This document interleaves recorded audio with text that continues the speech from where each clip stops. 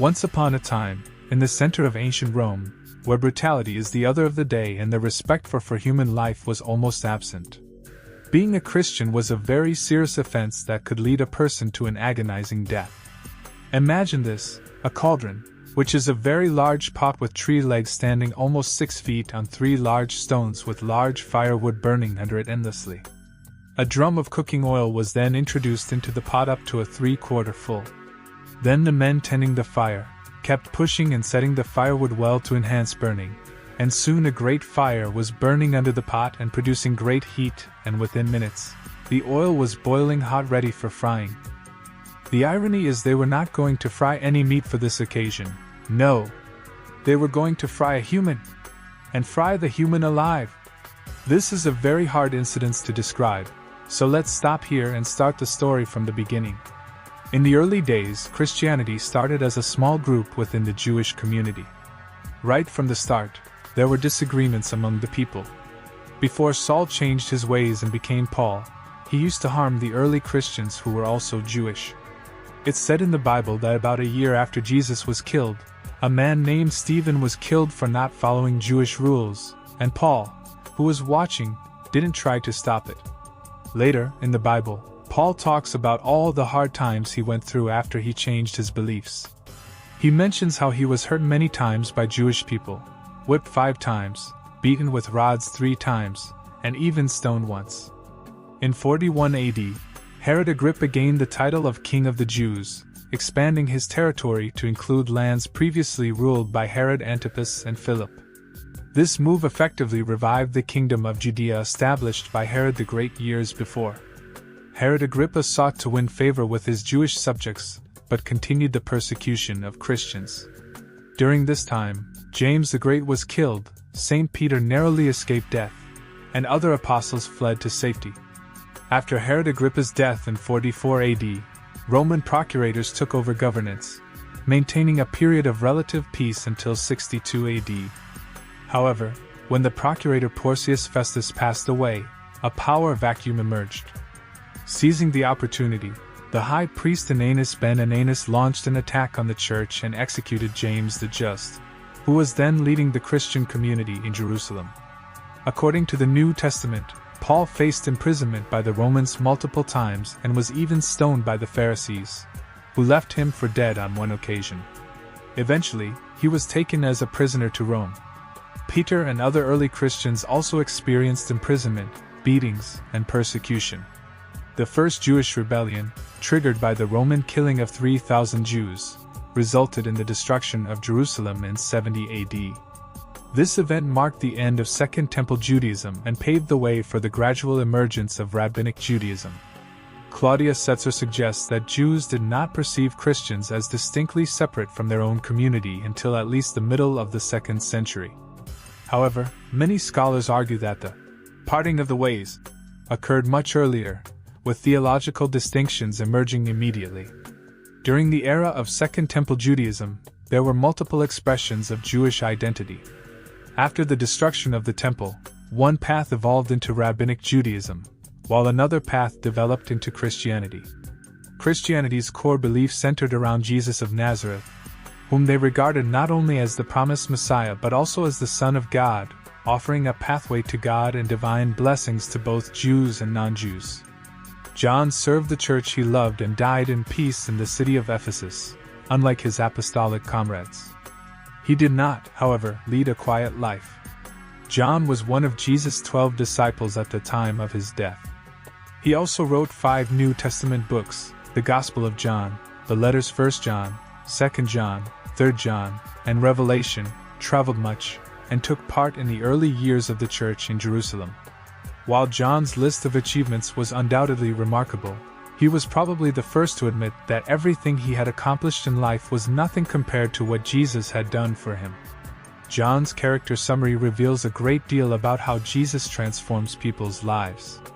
John's survival among the other apostles is indicative of the particular kind of suffering he went through.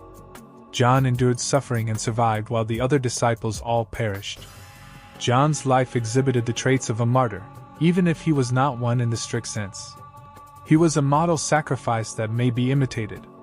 And as we'll see, God's intervention saved him from becoming a true martyr on multiple times.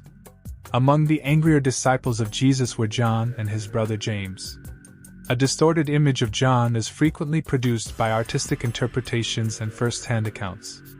He was a disciple that Jesus liked, to be sure, but it didn't make him especially endearing. More likely, he was a typical rough-and-tumble, diligent, brazen fisherman of his era lacking in social graces. It's likely that Jesus referred to John and his brother as sons of thunder, more as a loving nickname than as a compliment. Early in his narrative, Mark mentions that unique moniker, 3 verse 17, suggesting that their qualities were apparent right away. They definitely lived up to the moniker.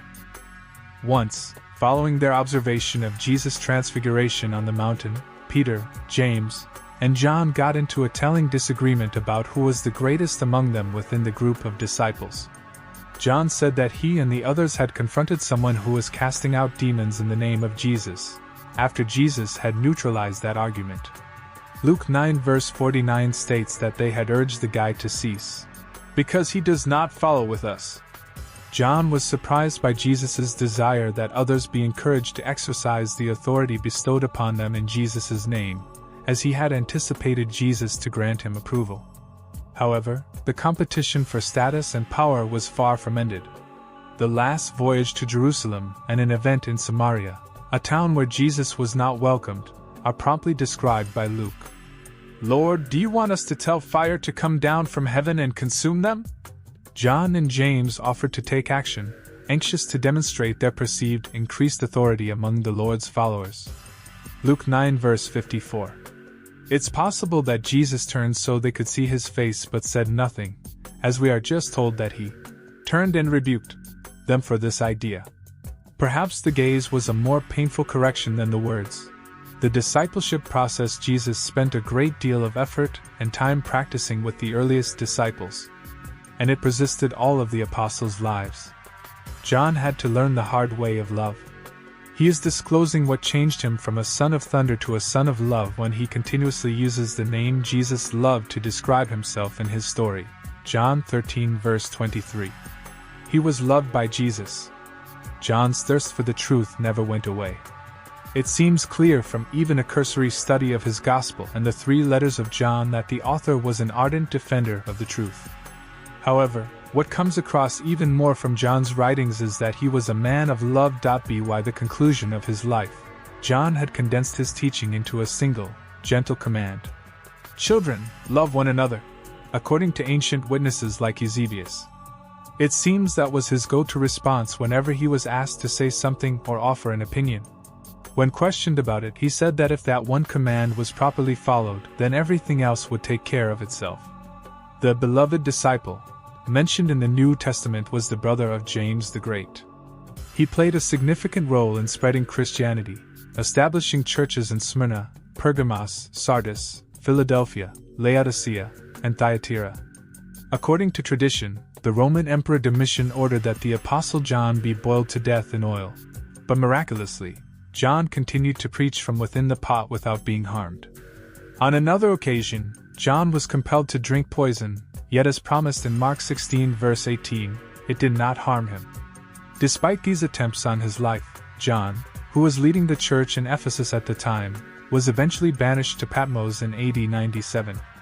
John's survival through these trials was attributed to God's plan for him. While on the island of Patmos, secluded in a cave, John received a profound vision. This vision became the book of Revelation, a powerful testament that would shape the course of evangelism throughout the church age. In Revelation, John prophesied about the events surrounding the return of Christ, eagerly anticipating his arrival. Even to this day, John's writings continue to inspire believers, encouraging them to eagerly await the glorious return of Christ. 2 years after his exile, Emperor Domitian passed away, and John returned to the church in Ephesus. Remarkably, he outlived all the other disciples, becoming the oldest among them. John peacefully passed away in Ephesus at the age of 80, after dedicating over half a century to serving Jesus' church with unwavering dedication. Remarkably, he was the only apostle to have escaped a violent death. Thank God for intervening to save him. It very well could have been his death sentence to be banished to Patmos. Following the death of Emperor Domitian, who had banished John to Patmos, John was returned to Ephesus and held captive for a period of 2 years. It is reported that he was forced to consume poison yet remained uninjured and died peacefully in the end. Thank you for your support.